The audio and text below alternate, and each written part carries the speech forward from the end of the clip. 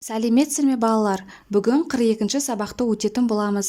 Каналымызға міндетті түрде подписаться батырмасын басып, жазылып алыңыздар. Сіздер үшін пайдалы сабақтар шығып отырады. Мәдени мұра сыр шертеді. Мақала жаза аламын. Мақала мен хабарламаны ажыратуды, мақала жазуды үйренемін. 46-шы жаттығу: мәтіндерді оқы. Қай мәтінде болатын оқиға хабарланып тұр? Қайсысында автор өзі туралы баяндайды? Бүгін 20 қазан күні біздің мектептің мәжіліс залында Абай өлеңдерін мәнерлеп оқудан жарыс өтеді. Бұл мәтін хабарландыру. Мен осы неге мектепке кешіге беремін? Енді кешікпеймін деп уәде берсем де кешігемін. Не істеуім керек? Бүгін жаңбырдан кейін қаптап кеткен жауынқұртты тамашалаймын деп мұғалімнен кезекті ескерту алдым. Кеше балалармен футбол ойнап кешіктім. Мен әдейі істемеймін ғой. Шындығында менің сабаққа кешіккім келмейді. Бұл мәтінде автор сөзі жазылған. Шағын газет жанрының бірі хабарлама. Хабарлама үшін мәліметтер мен тілдік құралды іріктеу керек. Хабарламада сан есім мен жалқы есімдердің алатын орны ерекше. Мұндай жанрда ақпараттың қайда, қашан, не болғаны 1-3 сөйлеммен берілуі қажет.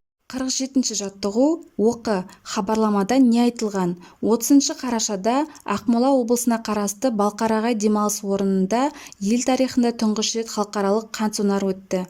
Хабарламада қансонар өткендігі туралы айтылған. Қансонар дегеніміз жерге алғашқы жауған қардан кейінгі аңшылыққа қолайлы уақытты күнді айтамыз. Себебі аңның бейқам жайылып, тіпті жаңа ғана қашып өткені ізі арқылы көрініп тұрады. 48-ші жаттығу: көп нүктенің орнын хабарлама шығатындай мәліметтермен толықтырып жаз. 28 қараша күні номері 37 мектепте олимпиада өтті. Оған Айнұр мен Арман қатысты. Мен хабарлама жазуды үйреніп алдым. Енді ақпараттық мақала жазуды меңгергім келеді. Маңызды мәліметтер, қызық оқиғалар туралы мақала жазуда оқиғаны хабарлап қана қоймай, оған өз пікіріңді білдіруің керек. Мақала жазуда қашан, қайда, не, кіммен, қалай өтті деген сұрақтарды басшылыққа алсаң қателеспейсің. 49-ші жаттығу: бір тақырыпқа жазылған хабарлама мен ақпараттық мақаланы оқы. Ақпараттық мақаланың хабарламадан ерекшелігі неде? Хабарлама үстіміздегі жылдың 10 қазанында қаладағы номері 173 мектеп лицейде әлемге танылған Абай атты кеш өтті.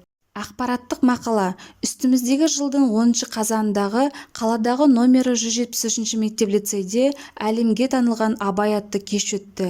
Әдемі безендірілген зал көңілге қуаныш ұялатады. Абай шығармалары қойылған көрме алыстан көз тартады. Балалардың өз өнерлерін ортаға салатын уақыт та жетті. Абай өлеңдері жатқа айтылды, әндері шырқалды. Әсел, Санжар, Анар есімді балалардың өнеріне көпшілік тәнті болды. Ақын өлеңдері болашаққа бағыт-бағдар көрсетіп тұрғандай. Хабарламада қысқаша түрде бір жаңалықты жайтты хабарлап жеткізеді. Ақпараттық мәтінде түсіндіру, баяндау, мәліметті толықтай суреттеп баяндайды. 50-ші жаттығу: өзіңді қабырға газетінің редколлегия мүшесімін деп ойла. Сенің материалыңа газетте аз ғана орын қалды. Ұсынылған материалды мақала шығатындай етіп жаз. 15 қазан күні 4 А сыныбында алтын сақа ертегісі бойынша қойылым болды. Балалар бұл іс-шараға жақсы дайындықпен келді. Ертегі кейіпкерлерінің рөлін ойнаған оқушылар әртістерден кем түспеді. Сынып мұғалімі оқушылардың белсенділіктеріне риза болды. 4 А сыныбының оқушылары үшін мұндай қойылымдар үйреншікті нәрсе. Сондықтан олар қонақтардан еш қысылмады.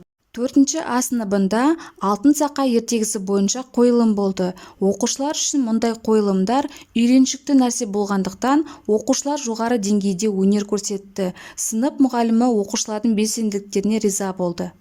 Осымен сабағымыз аяқталды. Сабақ пайдалы болған болса, лайк басып, достарыңызбен бөлісуді ұмытпаңыздар.